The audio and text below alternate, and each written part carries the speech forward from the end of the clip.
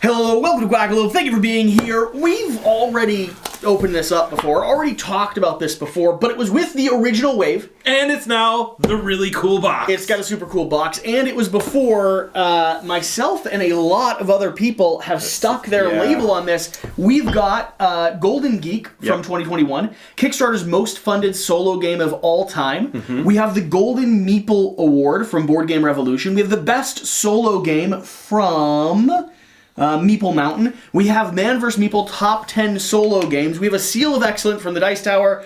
And we have a most Quackalope. Important of all. 5 out of 5. That's 5 out of 5 quacks. Yeah, this is just a absolutely ridiculous, incredible, amazing solo experience. Yes. This is Final Girl. If I only could open it with... I don't know where my knife went. It's because you gave it away as part of your holiday special, right? I didn't. I like the knife. Yeah? I like the knife so much. So, why are we opening this? Well, one, because I like this game and I have all of the next wave on the way. As do I. And just for those of you that are excited about some Wave 2 coverage, we might have our hands on a early copy of possibly one of the most requested scenarios I've seen online, The Asylum. But I needed this box. I needed the storage. So let's pull Look this how off. beautiful this box is sitting on your calyx. It's awesome. I mean, it's gorgeous.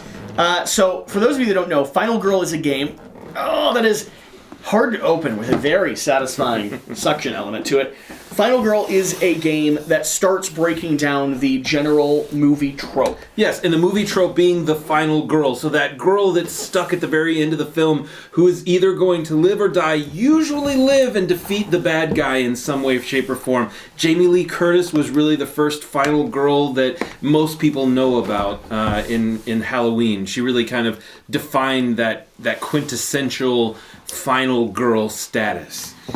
They originally had these as floating cassette tapes, and now they have this like beautiful little storage box where the mats are up here as the actual VCR. Go ahead and open those up. Oh man, this is just and the background of it shows you how to organize them all as well. This is just absolutely beautiful. Oh, and there's two little, I haven't actually seen these. Yeah, so... There's two extra little modules in the back here. This is the cast and crew where you put all the little miniatures. Yeah. And then these are the bonus feature extras that you have. Are the cast and crew not in here? They're not. This is the box. So I have all of the miniatures. Yep, so... And the bonus feature is going to be, like, the crows and stuff? Yes, but the birds aren't available yet. They come in the second wave, I believe. Okay, I already have the birds. So... My name is Jesse, and I already have all the birds. I have all the birds. Of course you do have all the birds. Alright, so let's go ahead and the playmats are amazing. These are some of the most helpful playmats in the board game industry, by the way. And the fact that they now actually store away in a beautiful space is really nice. Is glorious. So, Final Girl. I'm impressed by just how good of a solo operation and game this is. Alright, this goes up here. Yeah. This goes down here. We'll get there sooner or later. One day we'll make it there.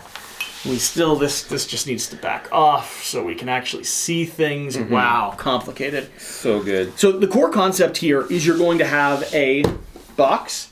That box is going to contain one of the final girls that you'll be playing here in this position, and then you're going to have another box or the same box that's going to contain a location and a villain that you're matching up against. And every single one of these modules is going to be a new villain, a new final girl, a new scenario you're going head-to-head against. And the cool thing is that you can take this girl from this scenario, play her in this scenario, and use the boss from this scenario. So that doesn't have to be one versus the other, only in this one particular place. Everything combines. And they actually, they doubled the content on Wave 2 that's currently, like, on the way? Yeah, I think there's like 423 different scenarios, combinations. If you put it all together, now it's insane. And Wave 2 crushed it.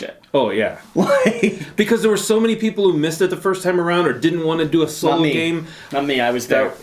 I got it the whole first time around. I looked at it the first time and I was like, solo. Do I really want a solo game? Yeah, I do want a solo game. I do. I believe you can get this on your own, but I know you can get this, like, as just a package. Yeah. So if you don't have it yet, you could upgrade. The cool thing about we need to open these boxes because they're actually really. You want to show them off awesome. a little bit? Yeah. So have you played any of this yet? Okay, so I played Hostage Negotiator. Okay. And I absolutely, really enjoy Hostage Negotiator. Has a similar core system. Yeah, very similar system, except it's not... Hostage Negotiator is, in a sense, easier. Yes. This game is unapologetically brutal. Yeah. Which does mean that there's sometimes randomness and luck that screws you. Yeah. But it tells a really good story. I mean, and at other times, in my experience, the vast majority of the gameplay has been really tight and really balanced. And if you think about it from a thematic standpoint, what horror movie ever is not absolutely brutal and completely ridiculous and absolutely outside the bounds of normal? But yeah, so you have one side here where you have the different cards. Oh, this is the Poltergeist version. That one is really scary. She actually moves people throughout the different areas, and she'll possess the victims and then move them closer to you, and then they start attacking you with one of her cards. So I did a gameplay of the Poltergeist over on Patreon when the Kickstarter was active. Yeah. Where all I did was speak in flavor text the entire time. Nice. I just played the game, and the entire time I recited the story as if it was happening. So these boards pop off, they're magnetic, and that's how you actually end up running the AI and the boss along with the location. So if you flip that around to the back, you're going to spill stuff. Yep, on the back is going to be where so killer board goes here, the location, the Creech Manor goes here. It all just slots into this, and this is one of the reasons why these player mats are some of the most useful player mats in board games, period, is that this just matches up so well. Okay, so let's take a look at the different modules we have here with Season 1, because Season 2 is on the way. There should be little pamphlets on the back of these. I'm the weird person that ends up, like, saving all of these. Are you like that? I do, but I don't like to admit that I do. Because there's 2 Final Girls in every box. Yes. So it's front and back with each one. And then yeah, I'm the weird person that, like, I just hold on to all the little pieces of paper. So we have the Creech Manor and the Poltergeist. Like you said, you're going to be trying to rescue a little girl. Right. She's going to be manipulating the room and the environment. We have free admission at the Sacred Groves. And I forget the name of this guy. Slaughter at the Sacred Groves. Incumbnambo. He's one that I actually haven't played against. But this is like one of the carnival-style missions. There's another one here, which is Geppetto, I think. Geppetto, the Puppet Master. He's going to be manipulating these tiny little miniatures around the board, just absolutely terrifying, because they pop up and they just stab you. We have the Butcher. Welcome to Happy Trails. This is going to be like a summer camp version of the game. And the Butcher is just an axe-wielding maniac.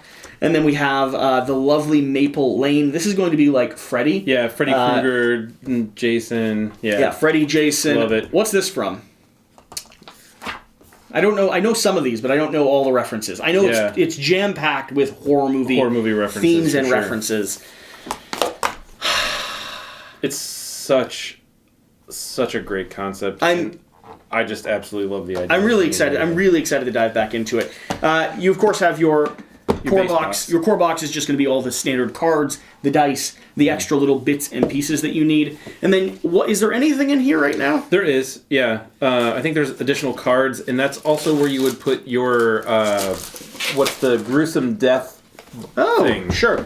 So this guy? No, that's your lore book. Lore and scenario book. Yeah, there's a gruesome death book. So I have played through this. So what this lore and scenario book does is it sets you up with a final girl story and also sets up the flavor text. So it gives you the scenario, gives you the flavor text, and gives you like the different cards and the abilities that you're using, who you're playing with. So each one of these can be twisted into its own little like version of a horror movie. So let's see here. I do have the gruesome death books somewhere around. So we have extra cards here. Interesting. Are these like surprise cards? What are these? Just bonuses? Are they they're additional events or something? Okay. We have the feature film, Series 1. It's your basic rule book. Okay. And then we have... And this is where you would put the gruesome death books for Happy Trails. Maybe I don't have the gruesome You death had books. to order this. This was a separate add-on. I didn't realize that you had to order it separately because I thought I went all in, but apparently I didn't go all in, so I had to order it afterwards. Do you have it now? I do. Because if I yes. don't have it, I am going to need to go. You can order look it up and you hunt can for it. still order it on their website because it is something that is available all the time. No, my lore and scenario book doesn't fit. Oh, that's less good. So close. And then nothing's in here, right? Cast and crew. That's where all your characters are. This is just where all my meeples will end up going. Yeah. When I stick them in. Because right now I have them all sorted like into the boxes that match with who they are. Which... They should be in there. Well, they're not... I mean, are they in here right now? I think so. Oh, really? Okay. Yeah. Because I'm pretty sure they are. No. See, this is storage. Yeah. So right now, I don't... Why- you have why to is get there the not miniature... one You have to in get here? the miniature pack. Oh. Yeah. To have the miniatures, you have to get the miniature pack. And then the miniature pack gets organized neatly into here, along with what looks like a ton of... Do they have just a swath of bird miniatures now?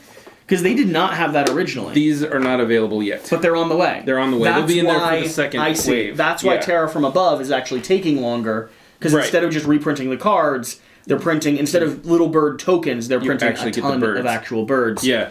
So when I originally went through and sorted this myself, I took, instead of using the box for all of the pieces, I actually put them inside the individual things because there is a storage concept here Yeah. where you could put the girl and the person That's here. because of how it originally was. Yeah. I didn't put them in here, which I'm sad that I didn't. So then I had to go back through and undo that and put it all into here. Stick them all where they're supposed to go. What combinations are you interested in? What are you planning on playing? I want to play the. I want to play Happy Trails, the Camp Happy Trails, whatever it is. Camp Happy Trails, yep. But I want to play with the psycho weird guy carnival person. Oh, okay, with Geppetto? With Geppetto, yeah. Right there? I want to play with him, and then I want to play with where's the other? This one, the red-haired girl. Okay, from the Sacred Grove box. That's it.